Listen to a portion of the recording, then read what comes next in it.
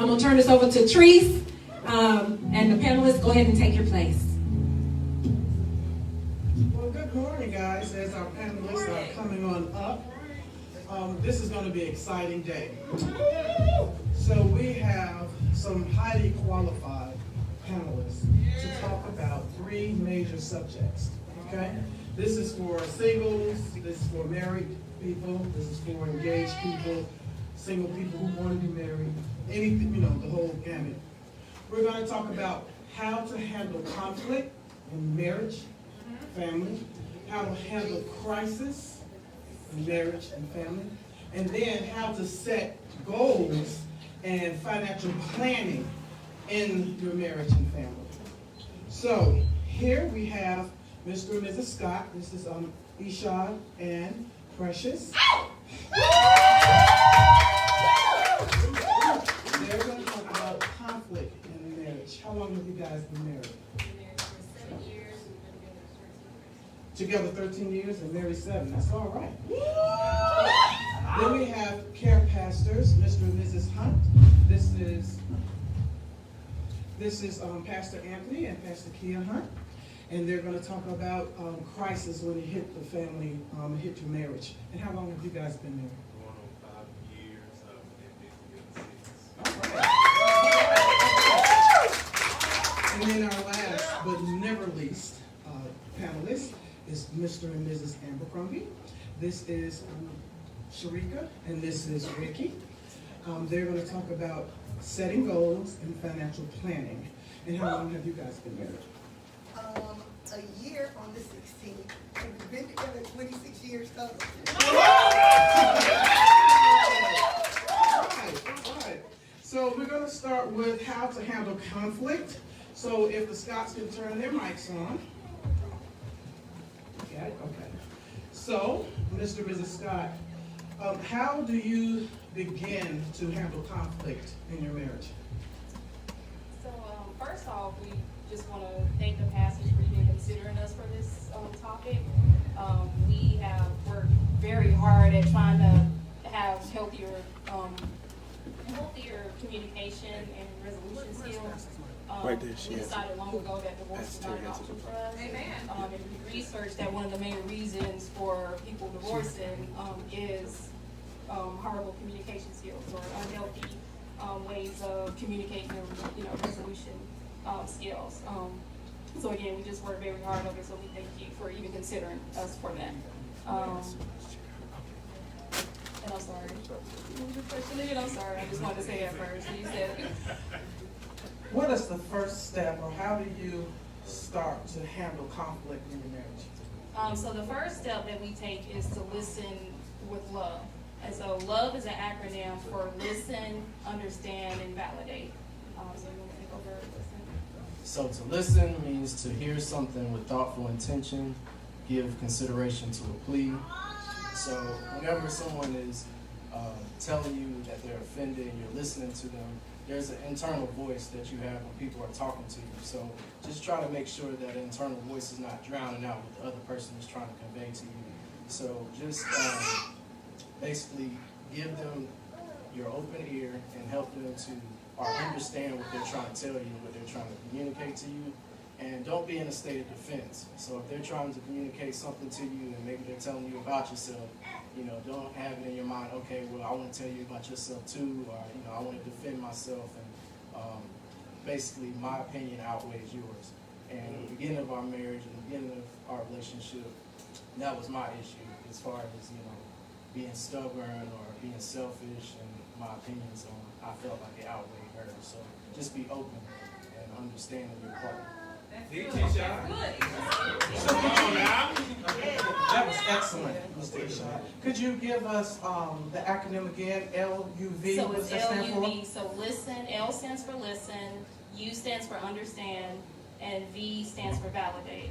And so the second part is to understand. So basically you're clarifying. So once your partner has expressed their thoughts or their feelings, it's your opportunity to ask clarifying questions. So if you didn't understand something they're saying, with Eshod, I'll say, honey, I fully want to understand what you're saying. Can you please, elaborate on that point?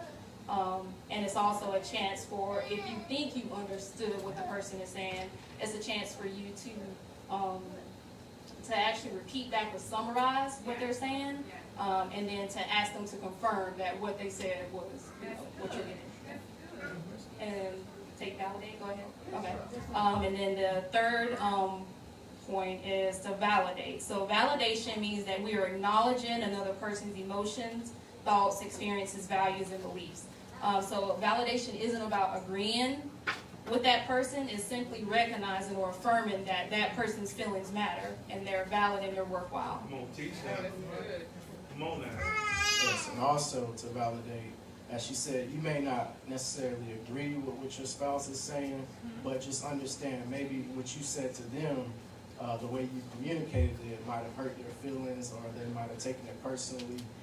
It's not that you're changing your message, because that's what happens in our marriage. What I had to find out about myself is that maybe the way I was delivering the message hurt my wife's feelings, so I apologize. You better preach And just say I apologize for that. Or when someone is communicating to you how they feel, don't be immature by saying, oh, here we go again, or sucking your teeth, or just looking at them like they're crazy, or something like that. Just basically understand where they're coming from and the points that they're trying to make and acknowledge. Do you have any other interventions on how to handle conflict? So we use the 5 C's when communicating an offense. So this is for the offended party. So basically what we were talking about in the first one is listen with love, listen, understand, and validate. But this is when you're communicating an offense, when your partner's offended you and you want to talk to them about it. So there's 5 C's, and the first of the 5 C's is to be cautious. And so when you're cautious, basically you want to set up a time with your partner to talk about when they offended you or whatever is going on. So basically, if you were offended and you want to communicate with them, you say, honey, can we talk about this sometime when you're free or whenever I really want to resolve this. So basically, don't just come into the house if you're upset about something and your spouse may be on the couch watching TV or something. They may have had a bad day. So you want to be cautious and considerate that they might be in a different place than you or a different state. And so if you just go off and spew out what's going on with you, that might turn into a bigger argument if you had just been courteous and asked them, hey, can we talk about this sometime when you both had time to talk about it. I want to add to that, never use absolutes. So never use you always or you never. When you use absolutes, you lose your credibility because no one ever always does something. It also demotivates the person to really want to listen to you because naturally we're going to go back in our thought process of just to disprove you of a time that we actually did it. Yeah, exactly. That's good. The second one is to be calm.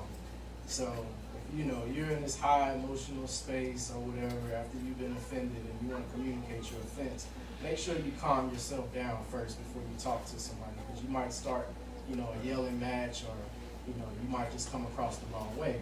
So think through your emotions, because sometimes it might just be the spur of a moment. You just want to tell them how you feel, but really understand what you're trying to say so it can come off clear. But just make sure first that you're just calm and in a space to where you can just civilly talk. And if you're in the midst of a conflict or argument, it might start off calm, but it could escalate. You get to a place to where both of y'all yelling at each other, screaming or whatever. So it's okay to ask your spouse, is it all right if I just take 10 to 20 minutes to calm myself down and walk away from this argument and then come back later? So that's being calm. So the third one is be conciliatory. So this means that you approach the situation with a peacemaking attitude. You make it clear that you're wanting to bridge the gap between that has been created, and let your partner know that you're not enemies, that you just want peace. And my husband's real good at this. When he has an issue with me, he'll come to me and say, I don't want any beef with you. I want peace. I want peace this day or peace this weekend. This is bothering me. So. And the fourth one is be clear. So make sure you thought through all your points that you like to make before you make your spiel on what you want to say in conflict. You know, don't just go into it not thoroughly thinking through what you're going to say to your spouse to make it clear to them. Sometimes you may even want to speak it out loud to yourself to make sure it makes sense before you just go off and say something your partner really can't understand you that well. And also, when we've had conflict, I don't know about anybody else in here, but our work schedules are different, so we may not be able to talk about something right immediately that day when something's going wrong. So it might be days later that we have to talk about it, but what I would do is write things down in detail, so that way when I do discuss it, I don't forget anything, or we can talk about what's written down and all the details I mentioned. So that's to be clear and understanding how to speak your opinion to your spouse. And lastly is be concise. So that's keeping it fairly short and to the point. Most people find it hard to accept criticism anyway, so they don't want to sit through a long lecture. So by being brief, you help them to better hear what you're saying. If you're not unloading too much information, and I had an issue with that, where I would want to, go off like a machine gun. Yeah, exactly, and that wasn't fair to my husband. So I think there's a statistic that says that we only retain 17% of what we're hearing. So Y'all hear that, ladies? exactly, yeah, we're really bad at that. Yeah, so if you want your point to be heard, just make sure that you're straight to the point and you stick to that issue at hand. Amen. Wonderful. Go ahead. Oh no, I was just gonna say to add to that, when my wife says she goes off like a machine gun on me, sometimes she would get upset because I would only hear like the last part of what she was trying to address me about. And so when I address her about the last thing, she like, is that all you heard? So I had to find a different strategy to really comprehend and understand everything that she was trying to say. Even though I said, honey, it seems like you're building up a lot of this stuff. You kind of coming off passive and then exploding. Yeah, passive aggressive, exploding on me. What I started doing was questioning her in the beginning on certain things she was trying to address. And then she'd get upset, like, you're not letting me finish. Let me just finish. So I'm like, okay, I'll let you finish. So the next thing I started to do was I would just have a pen and paper and I would write down any questions that I had while she was talking. And so at the end, we would go over what I heard. Yeah, exactly. What I heard, and we can talk about it in detail better. So it was better at resolving our conflict that way. So we accommodated me, but still at the same time, ladies don't do that. Yeah, it's not fair. Not only ladies do that. I can't. Yeah, men do that as well.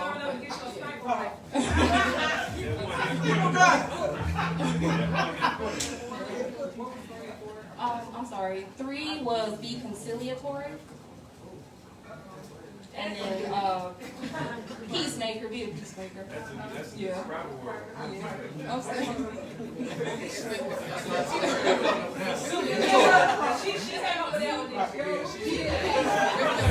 Conciliatory. Say it in a sentence. Spell it. And then 4 was be clear. Yeah. Now, we're going to open up also questions for the audience as well. My question to you guys, do you utilize I statements in order not to be accusatory? Like when you rapid fire, when you rapid fire your issues, honey, that I feel, attacked, or I feel this way. Do you guys utilize I statements? We do it, not as good as we should. Our psychologist or our marriage therapist did say that, told us that we need to use I statements. I statements instead of, you making me feel this way, or blaming on the other person. You're taking accountability for your feelings. Yeah, pretty good. Yeah, I was just gonna say the same thing. Like nobody else can make you feel a certain way. So what you are feeling is you're responsible for. So when you say I feel this way, take responsibility and accountability. So yes. Now, I hear that you guys try your best to turn your conflicts into opportunities. Talk a little bit about that. So I want to read a quote that I came across. Conflict is a doorway to intimacy because you are expressing your most intimate feelings, opinions, or needs. So it's important to shift your mindset from conflict is bad, to conflict is a positive opportunity for you to learn more about your spouse, and it's an opportunity for you to have a deeper connection with them. And it's also an opportunity for you to learn more about yourself. So one of the most profound things I heard about marriage was that marriage was God's greatest tool to holiness. So as followers of Christ, we are to reflect the character of God himself. Handling conflict gives us the opportunity to demonstrate the fruits of the Spirit: self-control, patience, love, joy, peace, kindness, faithfulness, gentleness. It shines a light on the area we need to work on. So the Holy Spirit revealed to me in the way that I handled conflict with Eshod that I wasn't as patient as I thought I was. I wasn't as kind as I thought I was, and I definitely needed to work on self-control. So conflict has also given me an opportunity to see the areas where my husband was struggling, and it gave me an opportunity to petition God on behalf of my husband, or intercede on his behalf in the areas that he needed healing or he needed deliverance in. And as far as turning conflict into opportunity, our pastors, when we meet privately with them, they ask, are y'all still arguing? Do y'all still have conflicts? So basically meaning, do you still care about each other's opinions? Is there still passion in your marriage? Is it there? And are you still learning from each other? And so basically when you're learning from each other during conflict, you're understanding your partner's emotions, how they perceive things, how they look at things, and you're always growing together. And you need to be self-aware when your partner is basically telling you about yourself or something that they're conflicted with, that they're looking at your blind spots and they're kind of helping you to grow. So you can have the attitude that you don't want to take it, or you have the attitude like, okay, I see where you're coming from, and you can have the opportunity to grow. So just be self-aware and just understand that conflict is not all that. Are there any questions from the audience? Okay, so to wrap up a little bit, the first step was listen, understand, and validate for those who are taking notes. And then they also use the 5 C's, which is caution, calm, conciliatory, clear, and then concise. Okay? Well, thank you so much. Wow, that was beautiful. Thank you. We're going to kind of move on over and up to the Hunts, and they're going to talk about when crisis hits the family, because crisis never kind of sneaks up on you, does it? It just bam, right? So they're going to talk about how they handle crisis in the family. So, Mr. and Mrs. Hunt, if there is loss in the family or in the marriage, how do you guys begin to handle that?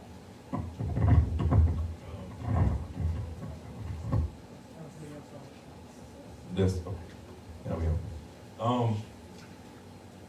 The best way to answer this is actually to go from experience, and I think I speak for a couple of couples, married couples in the church family, that when you're dealing with loss, especially close loss, it's hard. Everybody grieves differently. We can actually speak from experience from those that already know and those that don't know. Of me and Kia losing a child, suspected. I think for you it's been 2 times, and then for me it's been 5, 6. So it really takes a lot of on you mentally. Like I said, how we deal with it is differently. I've always dealt with it. Me personally, I fight through my music. A lot of times music, sometimes we find something to get that out. Our way of music is my way of expression, where hair is her way of expression. So we use our gifts that God given us to express those ways, to express those feelings.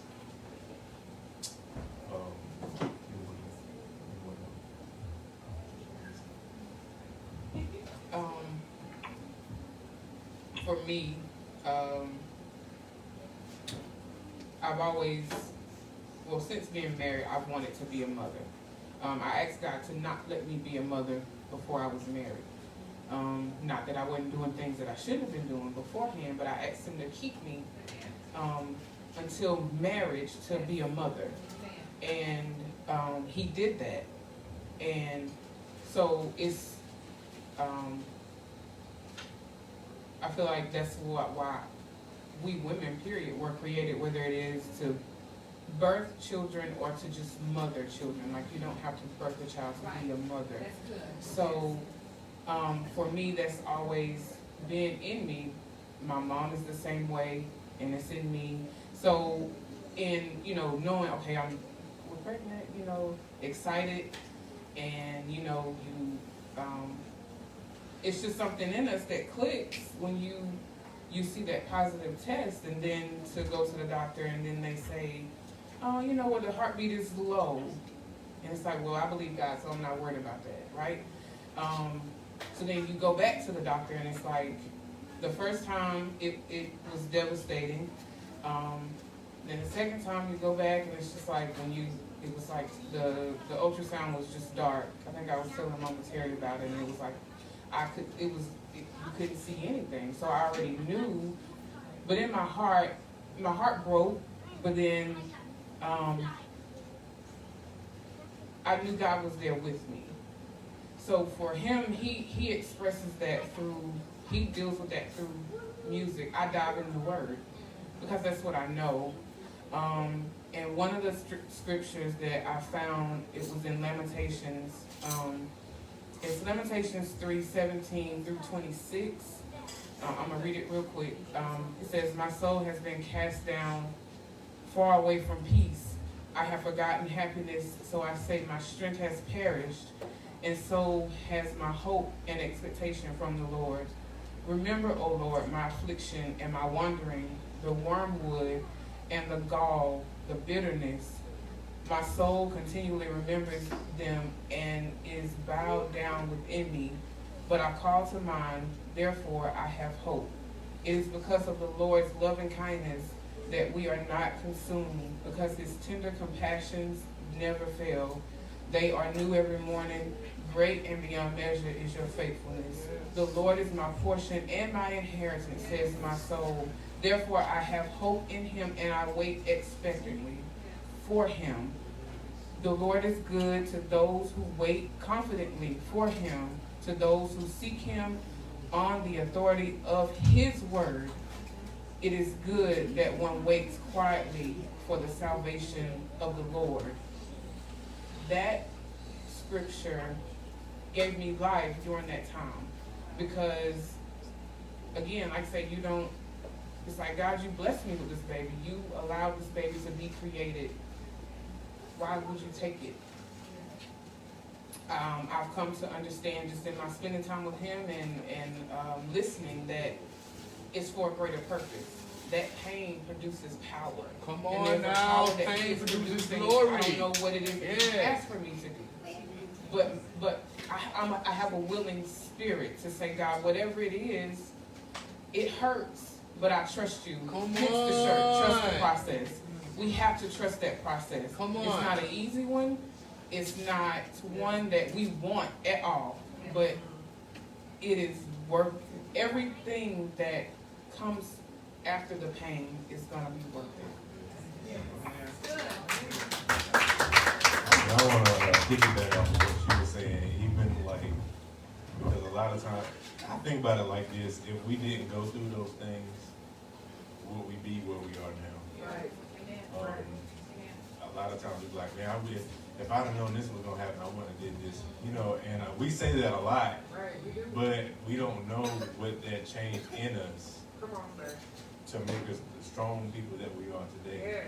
To be hope for somebody that might go through it one day to themselves, or to be hope for somebody that's been through it but don't have nobody to talk to, don't have nobody to relate to. Yes. So in that process, I've come to me and Avery actually have had multiple conversations, and the reason why music is really my go-to, because pain produces purpose. Yes, sir. So with all that pain going on the inside, you know, it's okay to grieve. I'm not saying it's not okay to grieve. It's definitely okay. But don't stay in the grieving stage because God has purpose for you. He has an assignment on you. He has an assignment to you for somebody else that you're supposed to reach with that pain. So whenever you get to that person, you can say, I've been through this. I've been where you at. But I'm using that to fuel what God has given me. The same way, like how we could use our jobs to fuel like or finance our dreams, our business. Same process, same thing. We go through. We don't want to, but it's necessary for what's to come. Now I have a question for you guys. Yes, ma'am. Sometimes, I'm not gonna say sometimes, most of the time, Satan uses the issue that you're going through to try to drive a wedge between the husband and the wife. How do you guys fight against that and cleave to one another? I don't know if anybody, like those that did to our house, we have the word like all on the walls. Everywhere. On every corner. On He every gonna have a corner. fight on his head when he walking down there. On every corner. But we just make sure at the end of the day, even before we go to bed, we're gracious to have two boys that remind us, hey, are we gonna pray tonight? Can we pray? They say it because they don't want to go to bed, but I also see God saying, being a reminder that, hey, don't forget about me. So it keeps you consistent on, make sure you talk to him about anything that's on your mind, on your heart, before you go to sleep. I think it says something like, don't go to bed angry, don't go to bed, don't let the sun don't let the sun go down on your wrath. It's the same. I mean, sometimes you need that conversation. God wants to hear from you, even before you sleep. And it helps you sleep. It helps you to deal with whatever's on the inside. I think that you wanted to. You said to feel every emotion that comes and remember that Jesus is sitting with us in those moments. He sends the Holy Spirit to be our comforter. So in that process, take time to heal. Whatever, and it doesn't have to be a child loss. It could be a loss of a family member, a loss of a good friend, a mentor, or whatever. Take time to heal. Don't hurt people. Come on now. So if you're to a point where it's distracting you from God, take some time away from whatever it is to heal first. Because trying to help somebody and you're hurt, you're gonna hurt them even more. Right. So always try to take time out for yourself, get your mind together, get your mind refocused, meditate, whatever you need to do to refresh your mind, refresh your body, refresh that drive, refresh your faith. Stay in the Word. I mean, there's so much you can do, but don't minister on a hurt stomach. I know that from experience, because a lot of times what's on the inside is going to come out. That's right. So you may have good intentions of it, but it may reach them and it's like totally opposite of what you intended. So your next T-shirt would be, don't minister on a hurt stomach. Hey.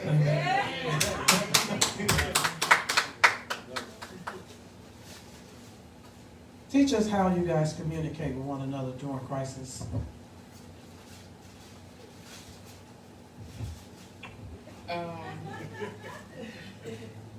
I think for us, I can see when there's something going on, I can see, I know it. So my approach to him is, let's talk about it, I see you. I'll say I see you, because I see you're hurting. I see you're frustrated. I see whatever that is. Let's talk about it. So we just kind of listen. Kind of, as they said, you listen, you understand, and then you validate. Period. that was perfect, and it just really sums up kind of how we really do communicate. Like, we have never, we have disagreements, but as far as like a knockdown, drag out argument, we don't do it. That's not his spirit, it ain't mine. Like, we just are not rah-rah people. Now, if you take us there, we'll go. But it's more so of that side of us is more so from a protective type thing. But when we communicate with each other, like say, I listen, he listens. We do use the, well, this is how I feel about this, and you might not like it, but this is how I feel. It's our truth, and we try to speak our truth in love so that we are setting the right example for the boys, because they hear and see everything. Even when you think they don't, they hear and see everything. So, like I say, I think we use that love, understand, approach, listen, love, and validate. So this has been a pretty rough time for us, being in COVID. Some people are losing jobs, and some people have had to use unemployment. How do you handle financial crisis in your family? Tithe. First thing, tithe. The Bible says, keep ye first the kingdom of God, or seek ye, sorry. I don't like seek them. Keep them. But first thing, you got to know who is in control. There's nothing that God doesn't allow that he don't already have taken care of. He sees the ending of this thing, so Come on you got now. to trust him first. That's, there's more to it, but that's the first thing. You don't tithe, I don't know what to tell you, because I have to.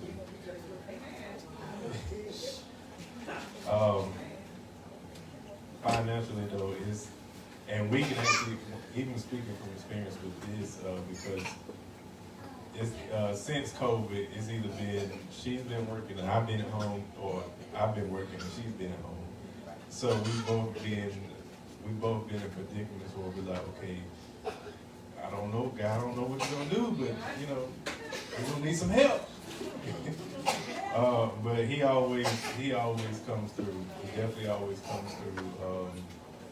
He's actually just blessed me to where she's at home with the boys, and she gets to help them with school and helps aid them learning and stuff. And I'm working, which I don't mind at all. I don't mind working. Any man that don't like to work, you might have the wrong one. He don't like to Come eat. on now. He don't like to eat. Mighty. But God has blessed me because in December I was actually in a point I wanted to give up. I was like, I'm trying to do the best thing. God, I thought you told me this is what you want me to do. But Yeah. he blessed me with a job opportunity to where I could work first shift Monday through Thursdays, and then on the weekends I'm usually off on the weekends. But since I do music too, I'm able to do that, music, drawing, painting. I'm able to be a leader here at the church. I mean, it's a blessing. I don't take it for granted, not one day. I love it. And financially, we've actually been making things. We're preparing for our future, basically. So this year, I'm actually taking steps into looking into what I actually bring in, and look at not even me, but looking at what we bring in, because we want to be business owners. We want to be successful business owners. And I didn't even realize this, but just this year, God has blessed me. Like this year, just on the music side of things, I got people calling me for weddings. I've been playing with a band in Charlotte. Yeah. I mean, opportunities are just opening up. Yesterday, I played for my first ever baby shower. I didn't even know that was a thing. But I don't, look, I don't say no, Come on. But God has really been bringing us through, and it's been showing. So the main thing is just keep trusting God. Amen. You got something to say, Pastor King, on that? Just to kind of piggyback, we like I say, tithing is something that's a non-negotiable in our house. We get paid, we send our tithe. There's an overflow that comes in, we send our tithe. When we find something on the side of the road, we send our tithe. We are tithers, and I believe God's word. He's a practical. I'm more of the word. Like he need to see it. I read it, and it's like, God, you've done it before, and I know you can do it again. Come on now. Yes, amen. Amen. That is a wonderful segue to the Abercrombies. Ricky Abercrombie is going to talk about setting your goals and what goals are and how to obtain your goals.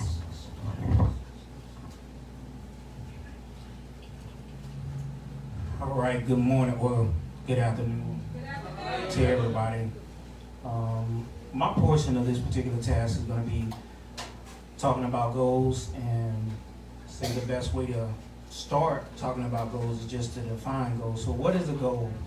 As Webster or whatever search engine you may use to define goal is listed as the result of achievement towards which effort is directed. So once again, that's result of achievement towards which effort is directed. So in that particular sense, a goal is something that you think about and you're going to work towards. So that's as far as the effort. So with that scripture tied into goals, I would actually lean more so towards James 2:20, which is a familiar scripture, but wilt thou know, O vain man, that faith without works is dead. So with that, goals are actually something that you have to work towards. Come on now. If you don't work towards it, you ain't gonna get it. So basically, faith Without work. without works Is is it? dead. Come on now. So goal without action, basically, that's what it is. So let me get into it, because when you're married to somebody like to talk out and speed, you don't know. So basically what I would actually say is, just to get into it, goals is, to me, is the first step towards like planning for your future. So if you want to have a future and you don't have any plans, then It's not going nowhere. it's not really going to be any future. I mean, it's going to be a future, but not the one you want. So basically with goals, I mean, you want to understand the importance of goals and the techniques involved in setting goals, and they can pave the way for success. So with that being said, it's important to apply goals into every aspect of your life. So that would be physical, spiritual, mental. So in each area, you should actually have some type of plan for the goals. And the best thing that I think that would be as far as goals is to actually achieve your goals, you want to write it down. So that's one of the first things you want to do. When you get the goal, write it down so that you can actually see it. I mean, there's been plenty of studies done that state that people who actually write down their goals are more likely to achieve them as opposed to somebody that does not. Come on now. So with that, scripture tied to that, I'm going to go to Habakkuk 2:2, and that states that, and the Lord answered me and said, write the vision and make it plain upon table, that he may run and readeth it. Now that can apply to a lot of different things. So not only would your goal allow you to look at it and go and achieve it, even if somebody else were to actually look at that particular goal and they had instructions to do it, they could do that too. Not that it's necessarily their particular goal, but if there's instructions, they will have access to achieve that as well. So the other thing you want to do is to make sure that your goals are not vague and to make sure that they're specific.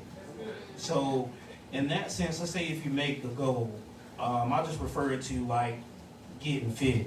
Let's say everybody's gonna have New Year resolutions, so they want to get fit. Right.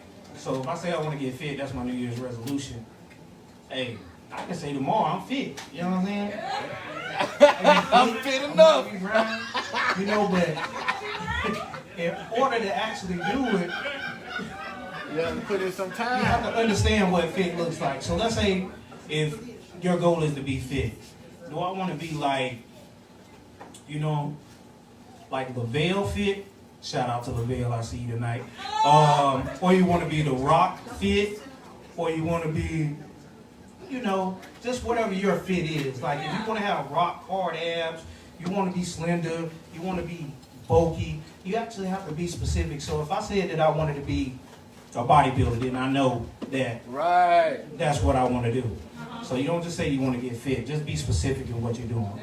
So the next thing is, as far as your goals, you want to make sure that your goals are not too big to be achievable.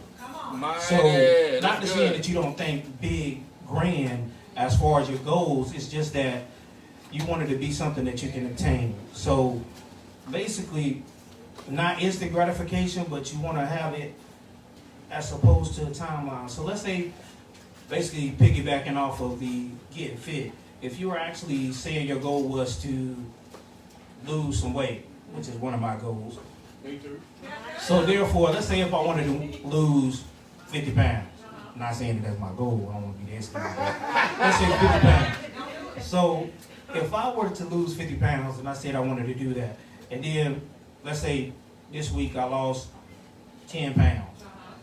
Next week, I don't lose 10 pounds, I lost like 2 pounds. Third week, I lost 1 pound.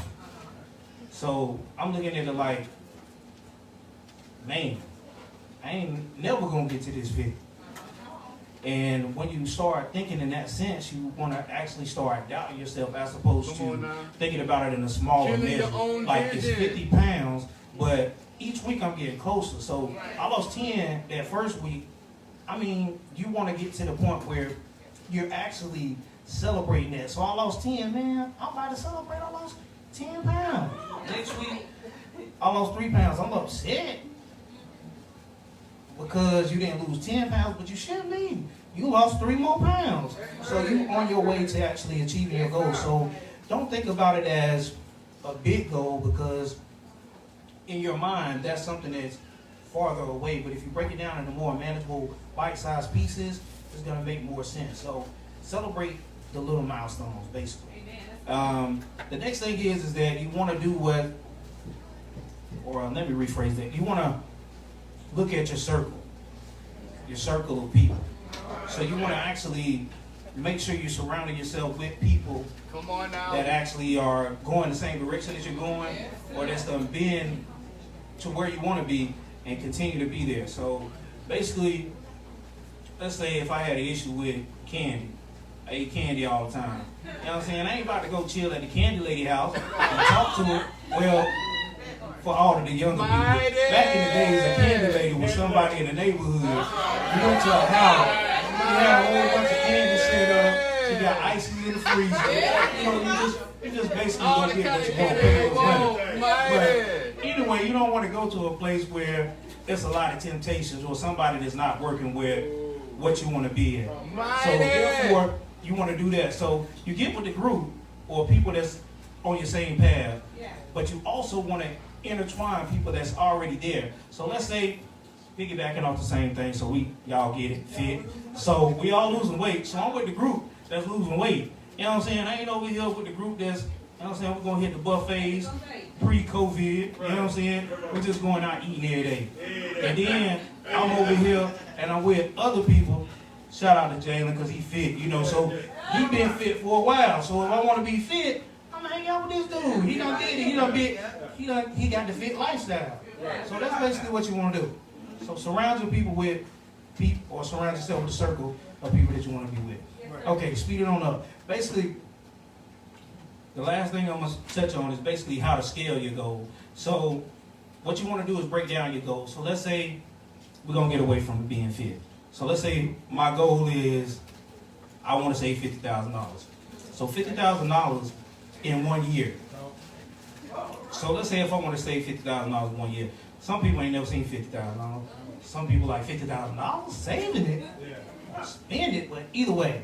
So let's say $50,000. When you think about $50,000, that's a lot of money to some people. A lot of money to me. So if I look at it, I need $50,000, that's a lot. But if I sit there and I break it down, so I'm going to think about it in this standpoint. So monthly, if you break down $50,000, that's like $4,167 a month. So now you're thinking like $4,167.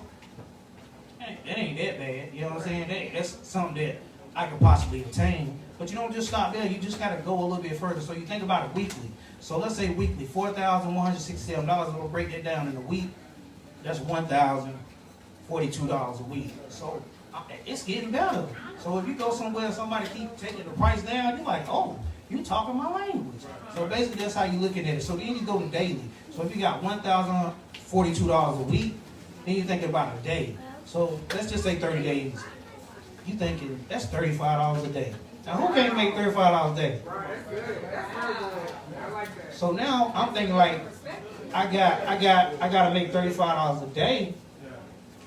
But you ain't think about that $50,000. Right. You know what I'm saying? If you think about $35 each day, then the end result is gonna get you there. Y'all get it? Like a timeline, like getting weight. But either way, so instead of looking at the bullseye, because when anybody play darts, it's like the bullseye, ring, ring, ring, ring. Oh, you are? Okay. Well, I ain't even gonna contest doing this, because I ain't no, oh. Okay, but if you look at the bullseye, that little red dot in the middle, you know what I'm saying? You're trying to hit that. And every time you're throwing that thing, you're trying to hit it. But each time you're upset, because you ain't hitting that little red dot, but you're hitting something. You're achieving something. So celebrate each one of those little rings. So if you get that outer ring, next time you get the next ring.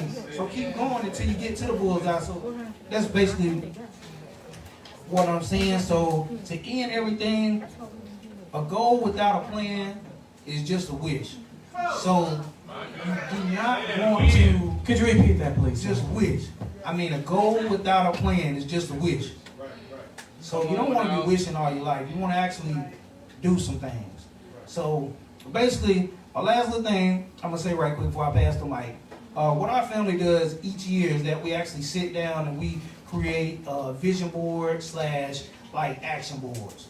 So that's basically sitting down and thinking about what you want to achieve in life, or what you want to do, and actually putting it where you can see it. Sometimes you can write it down. Sometimes people do better with actual pictures. So more so the vision board, we do more so on the kids level, and then for as adults, we do an action board. So therefore, somebody else is going to get a little bit more into that particular part of it. But basically, you just put everything that you want to do and actually visualize it so you can see it.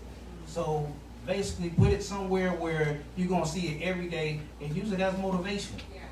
So that's what we actually do. So basically, to end what I'm saying, so applying goes to all areas of your life, physically, spiritually, financially. I mean, you'll be able to be successful. Also to remember, as far as creating a habit, like in 21 days, you can kind of create a habit. But if you continue past that particular point, I mean, probably about 90 days, you're going to create a lifestyle. So therefore, if you're doing it more on a consistent basis, it's going to be a part of what you do just naturally, as opposed to just something that you actually just go to do. So basically, my little points, right quick, you want to set a goal, write it down, be specific, be realistic, and that's just meaning as far as it being achievable. Check your circle, then break it down, and then stay committed to whatever you have going on. So that's my portion, and that's the end of it. Mr. Ricky, could you repeat that one more time for those who are taking notes? Oh, yeah, I was a little quick. I'm sorry. So the first thing you do is you want to set a goal. So that's first. Second thing you want to do, you want to write it down. And then you want to be specific. So don't be vague. You know what I'm saying? Go into details. That's even when you're speaking with God. If you want something specific, you need to say specifically what you want. Because you tell God you want a car. You know what I'm saying? He'll give you a car, that thing might roll through, smoking, kicking, punching. But you just asked for a car. God, I need a Tesla. I need that thing fully loaded. I want the leather seats. I want that thing to ride smooth. You see how I just told God, not that he needed my help, but I slid it on in there. You know what I'm saying? So basically, Right. so be specific. Fourth thing, be realistic. Fifth, check your circle, so the people you're around. 6, break it down. And then 7, just stay committed to your goals. Now, Ms. Sharika, you're gonna teach us how to, 6. 6. Break it down. Yeah. And 7 is stay committed. So Ms. Sharika is going to teach us how to do the financial journey from debt to freedom. That would be me. I don't need a book. So what I have done, I guess, for my family, or the blueprint for us, is the journey to financial freedom. And so I did it in stages, or I broke it down in stages, and as we get through these stages, I said, ooh, we check it off. Right. So the first stage is ground level. And ground level, the scripture that we have set for that is, where your treasures are, there your heart may be also. Yeah. And that's Matthew 6:21. Because a lot of the times we have money and we say, God, I need more money. And then when he bless you with more money, you still need more money. Because your treasures, which is your money, is flowing everywhere because you haven't given it direction. So in the ground level, this is where you say, okay, I have a problem. Everything with money starts with a problem. So what does stage 1 look like? It looks like I'm in debt. I have no savings. I'm living paycheck to paycheck. And I'm still praying, God, give me more. And so basically you're identifying your problem with money. What questions would you ask yourself? Am I really making enough? Am I overspending? And am I robbing Peter to pay Paul? And then when you can answer those questions with whatever that is for you personally, then it allows your mind to think and become more aware of where your money is going. It helps you focus on your spending habits. Because a lot of people say, oh, I don't feel good. And then they say, oh, because I don't feel good, instead of going to see a therapist and working and talking that through and spending your money wisely, which, you go see Mr. Truth. You go and say, hey, I need some retail therapy. You go to the mall, you go shopping, you go get shoes, you go get this, because I want to feel good, or I deserve will keep you broke, and I want to feel good will keep you stuck in poverty. And then a lot of people say, well, I don't spend a lot. Sharika, I really don't. Okay, and they'll say, oh, I spent $1 here, $1 there, $5 there. So my example for that is, I have a client. She goes to Starbucks. Well, she don't know, but she did. She went to Starbucks.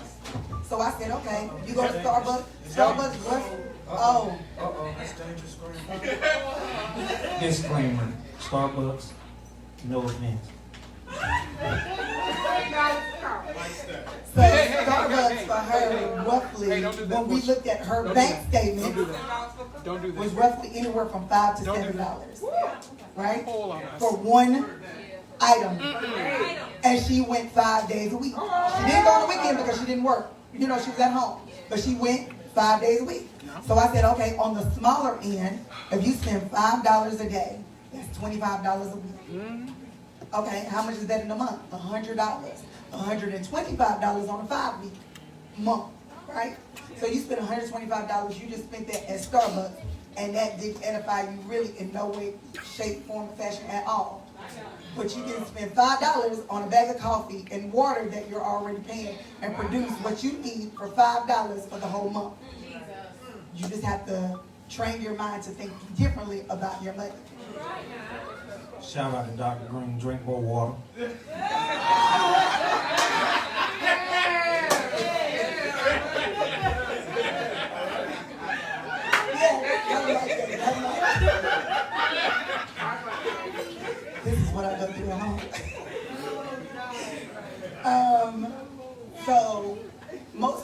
it comes down to money, you say, well, how did I get this way with money? It's what you saw or experienced growing up. Yeah. You didn't either, and for me, I watched my mom live paycheck to paycheck. And one of the funny stories is, our lights would get cut off, phone would get cut off, anybody been there, gas would get cut off. But what was most embarrassing for me, or what made me change somewhat my thought about money, is when my mom's car got repoed. And it repoed, and Ricky called and say, hey, your mama out there? And I was like, no. He said, oh, I think your mama car there. And so my mom said, oh, it got repoed. I was embarrassed to tell him. At this point, I'm like 13, 14 years old. I'm embarrassed. And I'm like, oh my God. He was like, nah. I was like, that ain't my mama car. That ain't my mama car. He knew that my mom broke the key off in the trunk. So you could just kind of take something and twist it. So he goes out there, twists it, and the thing opens. He was like, nah, that's your mama car. When you're young, you do dumb things. Son, do not do that to your girl. When you get it. So it was like, oh my God. So all my life I live with, I'm not going to be like that. You're not going to take nothing from me. Everything that you give me, I'm going to keep what you give me, what you bless me. I didn't know, but I didn't know what that looked like. The only thing that I can refer to is my Aunt Sylvia. I sat there and watched her month after month be diligent with her spending. She couponed like nobody's business, but she would sit down and I would see her write checks, because back then they wrote checks for my son. You know, that's them little paper things. They come in a book. No. So she would write them out and put them in an envelope, and she'd be like, well, you remind me to put these in the mailbox when we leave the house. So for me, I didn't know anything. Even when me and Ricky lived together, we were still on ground level. We made great money. Back then, we had nothing to show for it. Even when I got to my adult life. Hold on now. I had a car. I had some shoes. Yeah. I had, you know what I'm saying, stuff that really don't matter when you get older. And he can't wear it now, okay? So, we had that on ground level. Because on ground level, they tell you need the flashy car, the nice shoes, the nice clothes. You need all of this. But you're broke and you're in poverty and you have nothing to show for or leave to your children. So, and Pastor Rodgers, in one of his sermons, he said, the lack of knowledge does not negate the damage. So because of that, you have to make changes, and it starts in your mind first. So that takes me to stage 2. Stage 2 is financial accountability. And that's basically, Ricky already said it, Habakkuk 2:2. This is when you say, hey, I see the problem, I understand, I'm aware, and now I'm going to take action and do something about it. And this stage, this is where you get serious with your relationship with money. This is where I call it follow the money. You get your bank statements. You start to see dollar for dollar, where's the money going? You check your spending. Or you can journal, like people that like to journal and they can keep up with it. Everything you spend goes in this journal. For the first 30 days, I say just follow the money. You want to know where it's going, what your habits are, because you got to learn you through money. What am I spending? So for 30 days, you watch your bank statements. You figure it out. And then once you do that, you sit down and say, okay, this is the 30-day period. This went to coffee. This went to food. This went to this. How do we reduce this? So we can save money and stop living paycheck to paycheck. This is where you reduce your household income. You call up the insurance company. Hey, I'm going to cancel because I need to save some money. They're going to either offer you a deal. And when they offer you that deal, they may say, oh, we'll give you $500 savings. Okay, I'm going to write that down. How long is that quote going to last? They'll say, oh, it'll be 30 days, 60 days. All right, well, I'm going to shop around. Now, in your shop around period, you take what that gave you, their quote. Can you email me that? You send it to other insurance companies. This is what I got a quote for. Can you beat it? If it's in writing. Yes. Yeah. And can you beat it? And you shop that invoice around. Can you beat this? And when somebody gonna say, yeah, I can beat it by another $500, I can save you. So now you just saved $1,000 shopping for just insurance. You can do this with your phone bill. Yes, ma'am. Hey, I don't want to pay $200 for phone bill. Right now, we pay like $200 for 5 lines. Yeah. I got my grandma, my aunt, all that. All that. But $200. Everybody pay their part. We have no issues. Because one, we knew bill paying is better together. Why do my grandmother have to go pay a $75 phone bill when we can all come together and pay $25 each? Trust your village. Yeah, yes. Yes, And ma'am. then once you figure out how to reduce your bills, so you in the next 30 days you're reducing your bills. You're getting it down. You're working like all get out to say, what can I do? I don't need cable. I don't need this, or I don't need cable, but I'll get internet. I don't need. I may have Netflix, and we can share. You play Netflix, I'll pay Hulu. Right. You know. Right. However that works. Yeah. So Disclaimer, Hulu and Netflix, we do not share our account. Come on! Yes, sir. So, you know, and if you got Sprint or Verizon, you get Sprint or Verizon, you get Hulu for free. Yes. So I get Hulu for free. I get Hulu, Disney, and ESPN Yes. for that same $200. And I get Apple Music, which Ricky loves. Yes. So I get all of that for that same $200.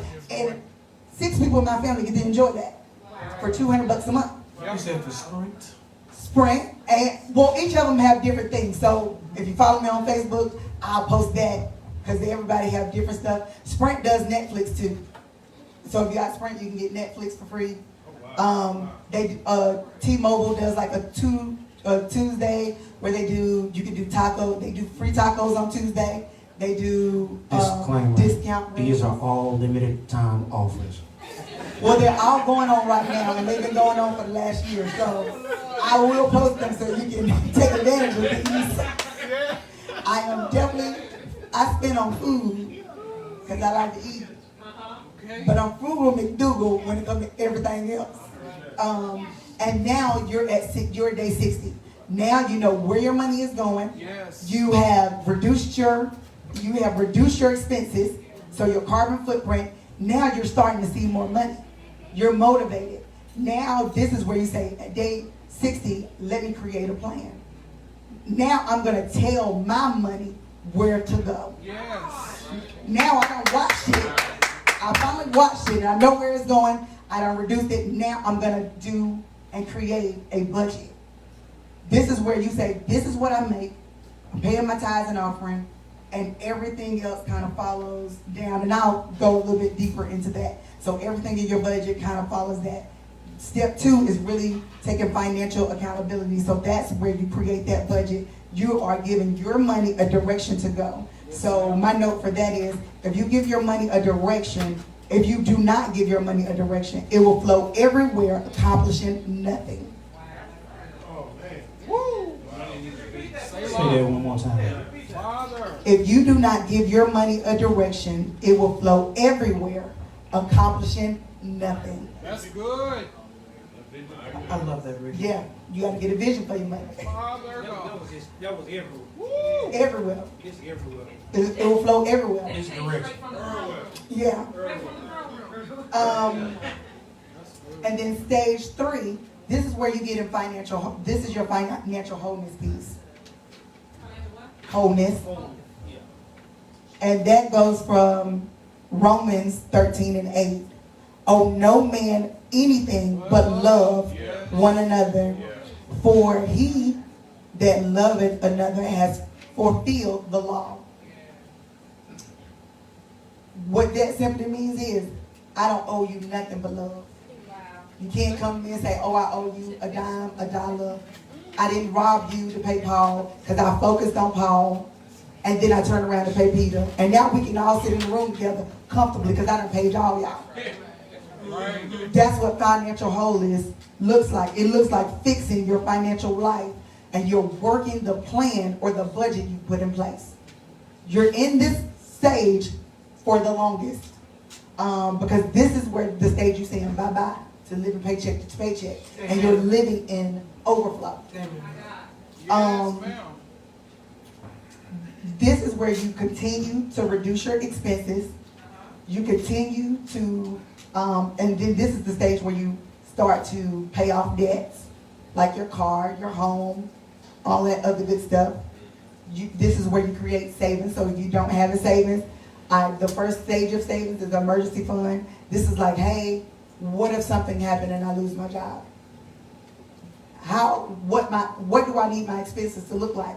You already know. Because stage 2, you know exactly what you need to live off of. So because of that, I say 3 to 6 months. I say 12 months. But a good start is 3 to 6 months worth of expenses. So now if your budget say is $1,000 for you all to live, you need $3,000 in your emergency fund. Wow. If something happened, you got 3 to 6 months to get back on your feet without feeling the or saying, Lord, pray for me. Because you can say, Lord, pray for me, but he tried to warn you before the storm comes to get prepared. So you don't have to borrow and rob Paul and pay Peter. He prepared you. So in the preparing, you got to prepare your mind to follow his instructions with your money in every aspect of your life. So then once you got your 3 to 6 months, then I call a sinking fund. And what a sinking fund is, this is anticipating your future needs. Like your kids are getting older, they're going off to college. Lord, don't make me cry. It's all right, Rick. It's all right. So your kids are going off to college. To all men, smile. Oh my God. I'm sorry, my son is going off to college soon, and y'all don't. Lord, get us some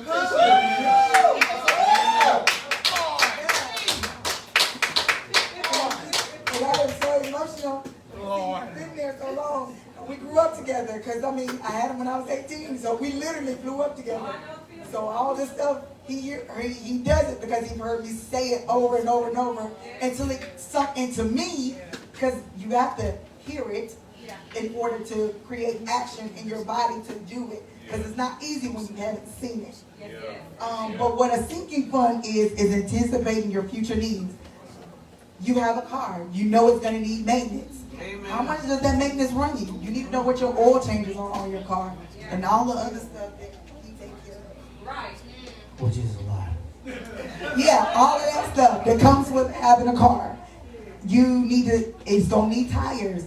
You need to know what 4 sets of tires will be. Put that in the sinking fund, because that's my tires. If I roll down here and I get a flat, I'm not like, oh Lord, I got a flat. I'm like, nah, AAA, come get the car. No, we need to go over there because they need some tires. Oh no, this is already saved because it's already paid in full. Because I saved for it. Because I anticipated my own needs for my household. In this stage of financial wholeness, I also encourage everyone to invest in burial plans for your family. It's cash value. It pays them upon death. As soon as you die, it sends a check to my husband or me or my kids that says, hey, your mom died. Boom. Nobody has to do a GoFundMe for you. So in your financial wholeness,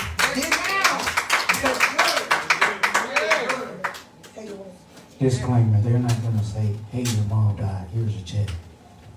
But what they're all going to say is, you going to call them and then you're going to say, this person died, and you can either use the coroner's report or you can use the hospital report. Now, is the burial plan the same as life insurance? No, and I'm going to get up with that. No, it's not. That life insurance, I'll talk about that later. But at this point, you're just trying to get out of paycheck to paycheck. Burial plans are like $10, $5, $20 a month. But it guarantees cash value to your family. So say in this process, because you're there a long time. You're in financial wholeness for a long time, especially depending on how you manage your finances from age 18 when they start giving you credit. Yeah. You may be paying off a house for, 20, 15, or 2.6 months like us.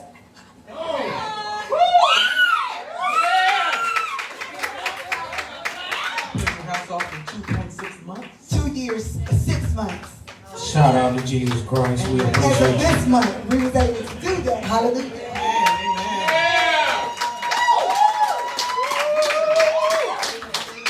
Yeah, so we're going to have a mortgage burning party. All of y'all are invited.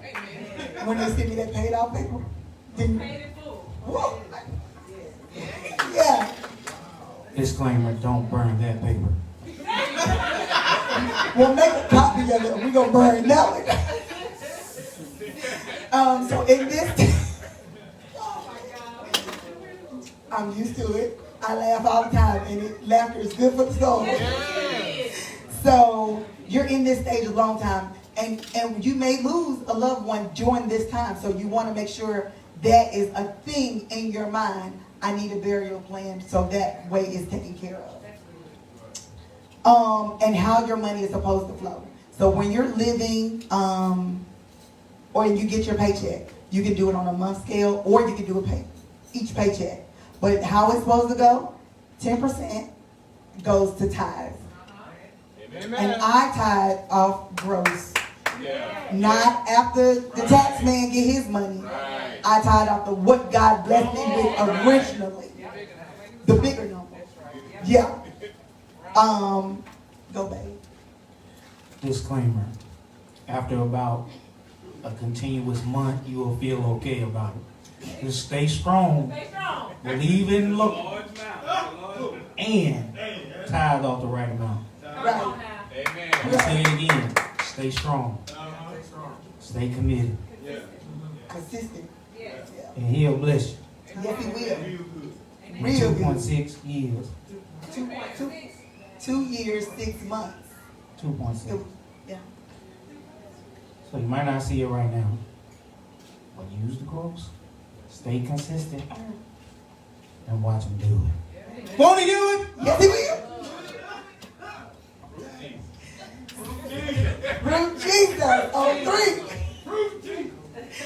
So and then 15% is pocket money. That goes to offering, groceries, household needs, and spending. So if you eat up your money like I do in my 15%, just pray for yourself. And say, next paycheck is a new one, and I'm going to do better, Jesus. Yes. Yes. And you actually do better. Absolutely. And then you allot yourself grace when you don't. Thank you.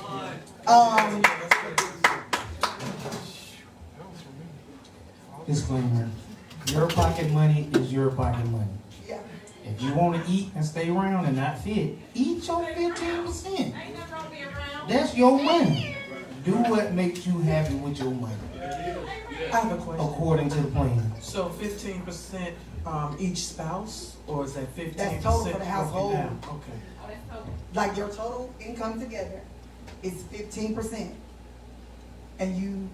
Disclaimer, your wife will start claiming your money. You have no money anymore. And will. And he does good by his $50 budget. I thank God for him. Because he stays on budget. If he spends something and he said, okay, well, babe, it's in my $50 budget, I'm like, okay, cool, go for it.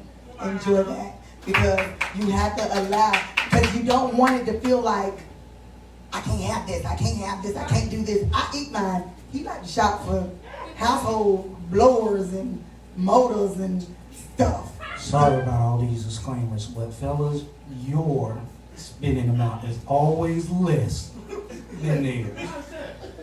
For whatever reason, I do not. Amen.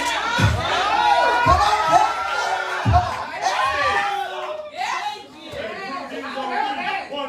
Fruit Jesus. But your spending limit is important to your overall goal. And our goal really was when we started this, and let me tell you a little bit of the backstory. When we started this in September, I got it, I'm gonna do it real quick, I love you. We closed on our house September 28th, 2018. And we was like, no, I was like, we're gonna pay this house off in 5 years. That was the goal. And we remodeled the whole house, spent way more money than we should have, but I like what I like because I came from Eden. And I felt like I deserved, and I got it. And I got us in a whole lot of debt. Okay, I take responsibility. I dug us out too. Okay, I did my part. Okay, so that April I got in an accident and we was done. And I said, God, I said I was gonna pay off our house. This is what the plan was. And God said, okay, you're gonna pay it off, but you're gonna be in the wheelchair and he gonna have to take care of you and take you back and forth to the doctor. And at this time, we weren't really making no money.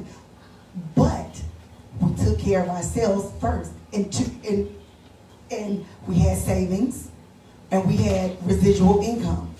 So even though we wasn't working, the residual income and our savings carried us for a whole, year and some change of no outside income.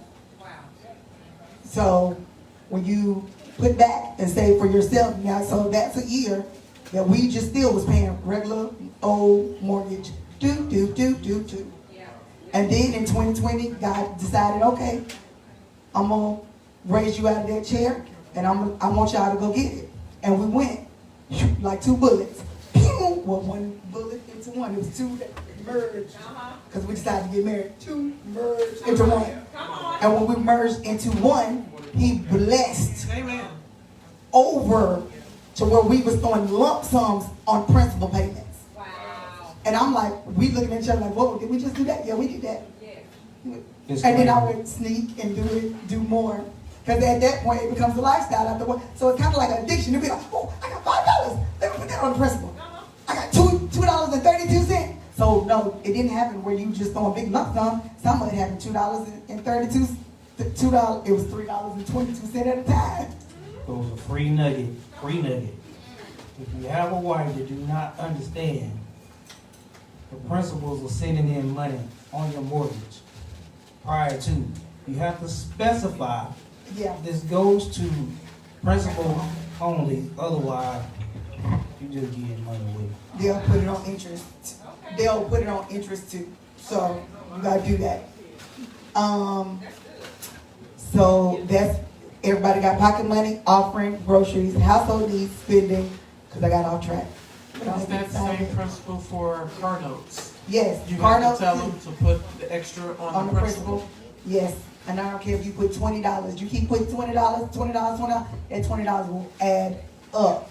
And you're like, whoa, you'll look at the end of the year and you're like, oh, did I pay an extra $5,000 from $20 that I thought was minute, but it adds up in the end. The next step, the next part of where your money should go is 20% goes to investment. Amen.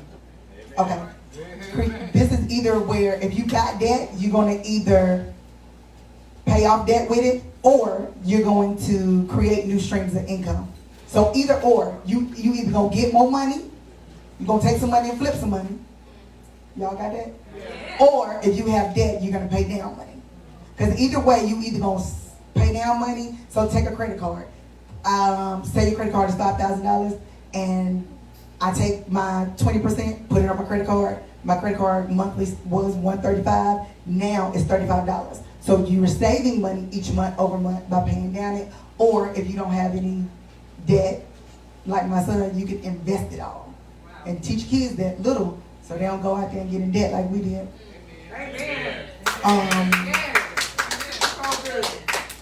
And then the 25% goes into savings. You can either do 3, 6, or 12-month emergency or sinking fund, or both.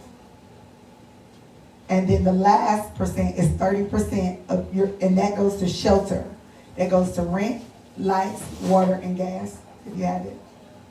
So if you're paying more than 30% on your rent, lights, water, and gas, you need a roommate, or you need to go move somewhere that got less rent to where it's only 30%, because you don't want to spend that much money just to have a place to stay. Disclaimer, don't let your pride hinder your goals, your plans. Amen. I'll say that one more time. Don't let your pride Pride. hinder your plans. Yes, sir. So basically what that means is, if you ain't grew up in the hood, you might be scared of the hood. But if you go to the hood, you might stay for the low. So if that can get you your actual 30% where you can save and invest properly, sometimes you just have to actually just humble yourself and know that that's not your final place. You have goals, you have a plan, stick to it.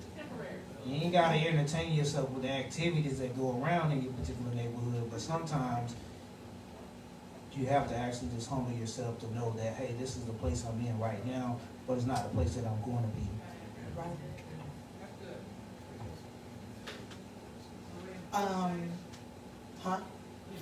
Yep, that takes us to the fourth stage, which is financial independence. Financial independence, I take that from Ecclesiastes 11:2. Give a portion to 7 and also to 8, for thou knowest not what evil shall come upon the earth. That's called multiple streams of income. Yeah. Not just one, because evil may come to your job. Well, we're in a pandemic. Evil may come to your job and you lose your job. But if you got some side hustles, something is gonna make some shake. You know what I'm saying? So they may take your job, but they didn't take your resource, because you got some streams coming in. You either done, you done did something that they do, hair, music. When they source went gone, they cooking. They hustles filled in the gap. Because so don't put all your eggs in one basket. Diversify them things. So when one fail you, the other 2, 3, 4, 5, or even 8, if you got a Bible, they got you. Yes. In this stage, what does this stage look like? Your money begins to work for you. Invest in yourself and create generational wealth. Wow. And then the note is diversify your money into different wealth vehicles. This is where you will start investing in stocks and bonds, intellectual property such as books. This is your life insurance. It's different ones. There's index, there's whole, there's term. Index funds is kind of like playing the stock market with your life insurance. You get a return. If you need money out today, something happens, you need money out today, you can pull out the cash value. But anything that you made in returns, stay in there and continue to make money. Whole life is kind of like a savings account that also pays a bigger cash value upon death. But I can still use that today. Anything I put in, I can pull out like a savings account. Term insurance is so you can do, I think I may live 10 years. So I say most people get term because it's cheaper. Yeah. You can get term life way cheaper than you can get the other two. Because the other two may cost you $200-300 a month. But if you think savings, it's okay. Because I'm saving. And anyway, if you following these steps, you're already saving. Right. So even if you don't save it in an account and you decide to save it in an insurance policy, you can still pull it out when you need it. Yes, ma'am. Right? Yeah. So term, it says 10 years. Term life, you get it for that time. It expired. So the money you put in, you can't get it back. Right? That's the only thing I don't like about term. However, if you do decide to get term because it's cheaper and you want to think about, what if something happened if you died to your family, get a renewable term insurance, which means at the end of that 10 years, you can renew it for another 10, 20, 30, whatever years, just in case you don't die in that time. I know they say I'm morbid, you shouldn't think about death, but you should, because you don't want, when I die, I want him and his next wife to enjoy life, okay? Thank you, Lord Jesus, for sending a good one. I want him to be happy, and whatever that look like in his next life. If he don't want one, that's cool, but if he do, I want them to live great and take care of my babies.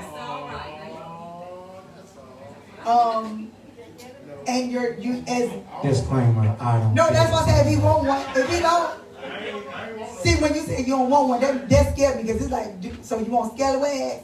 See, I don't want all that. I want you to get settled back, stay settled in the Lord. I want to go in the spirit. Oh, that sounds good. That sounds great. Right. Oh, Lord. And another financial vehicle is a business. Another financial vehicle is real estate. And with real estate, a lot of, I put good and bad debt. So bad debt is, well, let's talk about good debt. Good debt is non-consumer debt. Debt that you don't have to pay yourself. So real estate, for example, I may go buy a home. That home is $500. I charge my tenant $1,000. I make every month $500 just for leveraging my good credit, my good name. I make money each month for leveraging for solving a problem. She needed a place to stay. I provided it with my credit, and she paid me. I do nothing really for it. We just hope she keep paying. Good debt. That's good debt. Bad debt is something you acquire via consumer spending that you are personally responsible for because you paid for it. You purchased it. The example, credit card debt. You go out here, you spend on clothes, shoes, cars, whatever. You have to pay that back. And that means whether your brow has to go to pay back that particular money. That's bad debt. In this category is cars, unless your cars is making money for you because you renting it out to pay the car payment. Your home, if you have a house, that's considered bad debt unless you are renting out a room or something. That house is making money for you. If you're running your business from home, that is a way of your money making money for you. But otherwise, it's considered a bad debt because it is your responsibility. However, the good thing about your home, it does create equity. And that equity is an asset. That's all I have for that. Now, next is stage 5. Stage 5 is financial freedom. And that comes from Proverbs 13 and 22. A good man leaveth an inheritance to his children, and the wealth of the sinners is laid up for the just. I always say just me. But when so now you're in the place where you're making money. Stage 4, you making money, and your money is making money for you. I may go to work and make money, but now in stage 4, it's making money for me because I'm putting it into vehicles to create more of it. Stage 5, I'm growing it. That's what that looks like. In this stage, you now have enough money to where you are able to live in the overflow. What you make outside of a job where you sweat, working by the sweat of your brow, makes enough to take care of your whole household needs. And you don't have to work, but you go to work with joy because you want to, not because you have to. This is financial freedom. Through Jesus. You keep investing and be smart. At this point of the game, because you got insurance last time. However, now you want to reevaluate your insurance. The more your net worth go up, the more your money is worth, and all the assets that you have are worth. You want to make sure you have insurance to cover that particular amount. Because upon your death, I know you have to die. Upon your death, your family needs to figure out how they're going to keep everything that you have acquired so that it continues to pass generation to generation to generation to generation. So you don't leave debt on them, but you leave them with knowledge to maintain, acquire, and get wealth to grow even on top of what you've already grown for yourself. And if your parents don't have it, legacy, everybody talks about legacy. Your parents can leave a legacy while they're still living. My mother has helped us build where we are today. She didn't find it, selfish and focused on herself. But she took the time to say, hey, If I see where you're going, because I wrote the vision, made it plain. So when others see it, they can run with your vision too. She's saying, hey, I want to set my kids up. Well, I want to set my grandkids up. What you need from me to help you obtain where y'all trying to go? And not only them, but I have cousins and aunts and stuff. They're like, oh my God, okay, I see what you're doing. So what can we do to help? So they jump in. They jump in where they fit in because they see the vision. I made it plain. And they see me working it. They see us working it. Disclaimer. Oh, she almost finished that line. Get your disclaimer.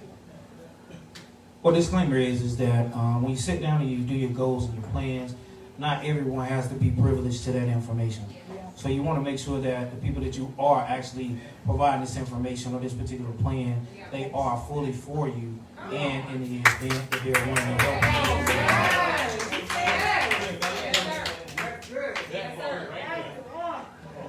The circle, remember that. Yeah, because in this life, a lot of people say, oh, I'm self-made and I got there on my own. There's no such thing as that. And when you in that mindset, oh, I got to do this on my own, I got to do this thing, you will never get to where you want to get. Because it's a collective, it's a group effort. If I come and I promote and I help him, that takes nothing from me. Me pouring into him or into his business or into her business, that takes nothing from me. That's me helping them. Because guess what? It always comes back. It always comes back. And sometimes it comes back tenfold. Sometimes it comes back 1,000-fold. And when it comes back, because go, babe.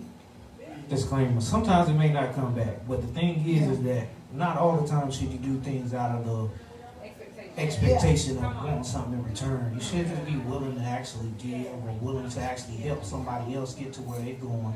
If you come from the helping aspect of it, other people will be willing to help you. So there might be a situation or a time where you need some help and you might not be able to get it back. So it's kind of like a pay it forward type thing. So don't always do something in expectations of receiving something. It'll come back eventually in some type of form, but don't do it with the expectation of receiving something.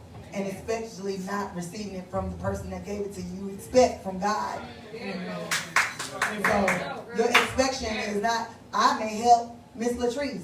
I don't expect Miss Latrice to do nothing for me. Because God, I did this because you told me. And because you told me from you, I expect you to do what your words say. You will open up the windows of heaven. You will pour me out a blessing. I don't got to run it up to the sea. And because you said that, I trust you. Trust the process. And in stage 5, you have spent 4 stages doing what you had to do. Now in stage 5, you get to enjoy doing what you want to do. And that's my time.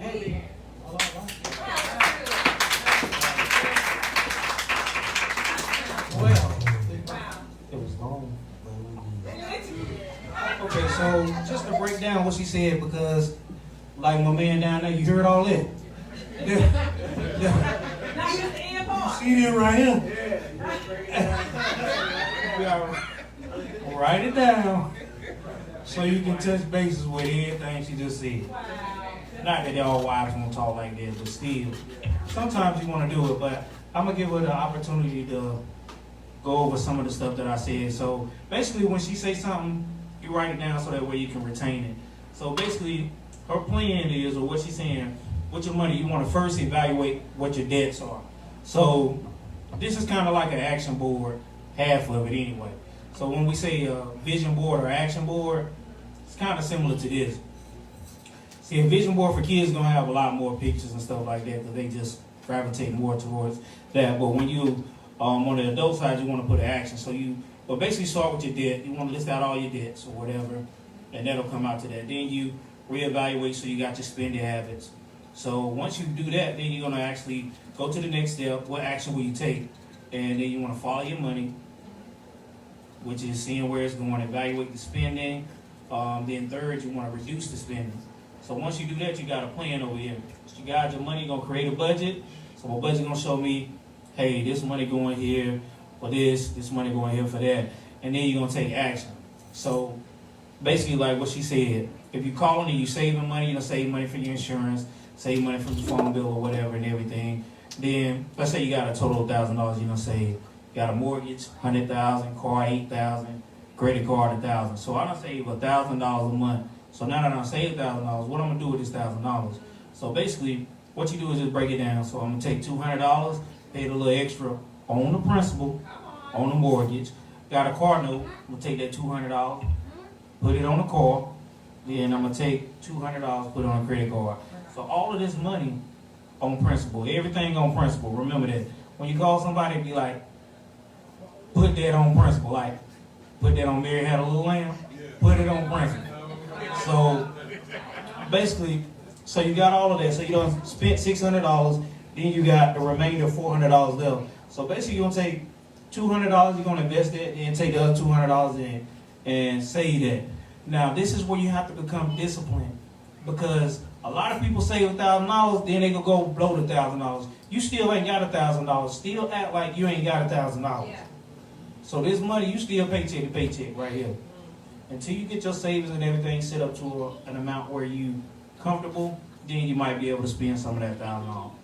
But this is basically how you would want to do it. But put it on your board where each action you're gonna do, like when she like to do something and she done did that, then this is what happened to the action board. Go ahead and get your pen, babe. She gonna show you. Go ahead and do it. She done checked it off. So you got something checked off. So this is a little milestone. So once you get to something, you know what I'm saying, cross it off so you get the benefit. Yeah, that you done did something. But okay, that's my part. And if y'all want this information, I'll email it. Listen, take a Well- picture of that with your phone. Take a picture of it. We already did. You already did. This has been an awesome day. And we learned how to handle conflict, handle when crisis hit the home, and handle our money and finances and goal setting. Maybe we could put a couple of dollars together, maybe get our little bills and have a class here in the future to give to the Abercrombies for helping us. But is there any questions in the audience? None? Thank you guys. This was awesome. This really is awesome. We couldn't pay for the knowledge and the wisdom that you guys have taught us. Okay? Praise the Lord. Hey, let's give it up for them. Come on, we can do a little bit better. Come on.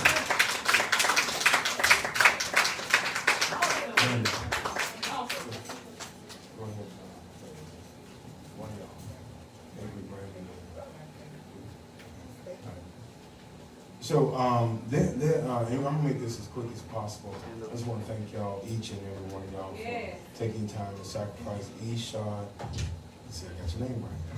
You bless me. You bless me. Amen. Proud of you. And Deja, we're gonna have to get some Precious. See, you have your name tags, or you pray for your pastor's mind. How about that? Thank y'all. You know, not many people will be open and honest and transparent about where they are. Church has become so antiquated with all of these facades and games that we play to try to help people. And when you play games, use tactics and play games with people's soul, mind, and finances, then what's at the end of it? You know, there are practical steps. Look at the tree. Jesus planted that tree eons ago. That tree is never interrupted. The principles that he established before, they're still, only thing that's not working, the tree's still working, the water's still working, the air's still working.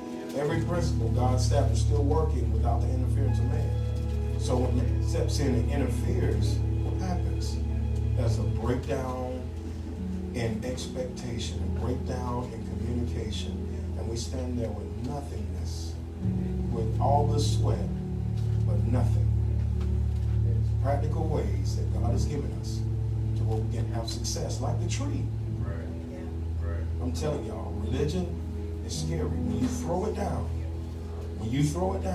you'll stand there. It's like, what do I do next?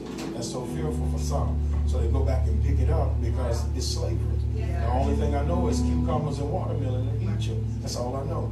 But to you guys to take your time, I see this ministry going somewhere. It's different. I mean, I'm just going to go with it. How about that? For y'all to come out with that, that's beautiful. I was listening in the back. It was amazing.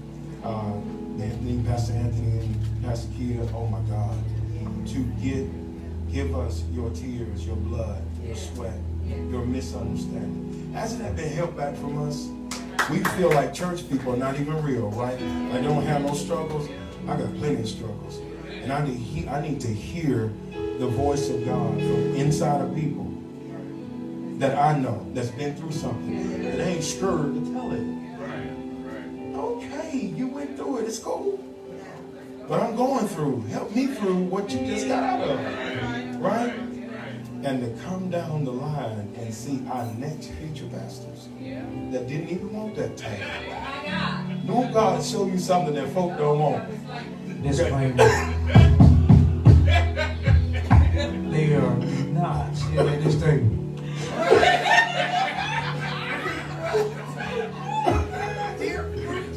Fruit Jesus. Look, I changed the whole name of our little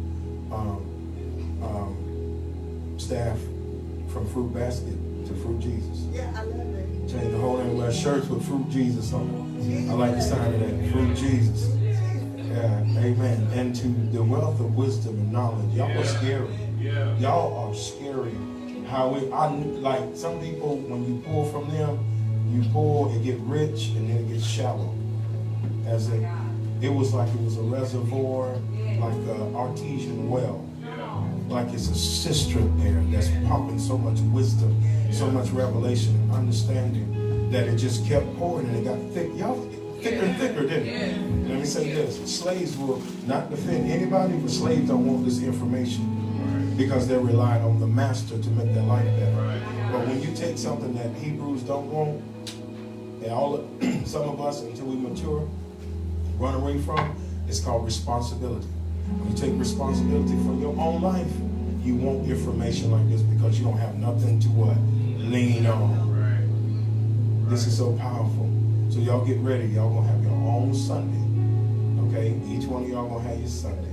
And you're gonna be able to share. Wow. Be able to share. And listen, don't look at it as pastoral is not the collar. Pastoral is not, apostolic is not what you've seen in religion. With them walking in with the fish hat and all that stuff. That ain't, yeah, you know what I mean? With the cane, like they all, if he wasn't in here, I'd say something, you know. Yeah, I'd say something ain't got no business. You know, and that ain't helping nobody. That's masking stuff to make people think man is so superior, so they become subservient and give you their money.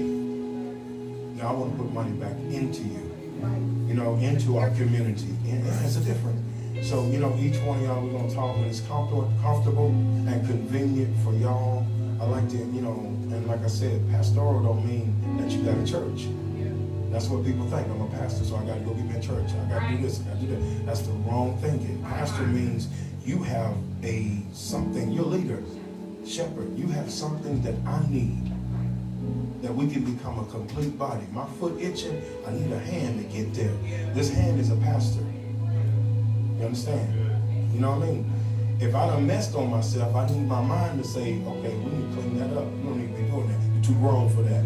What's my disclaimer? Don't let it out.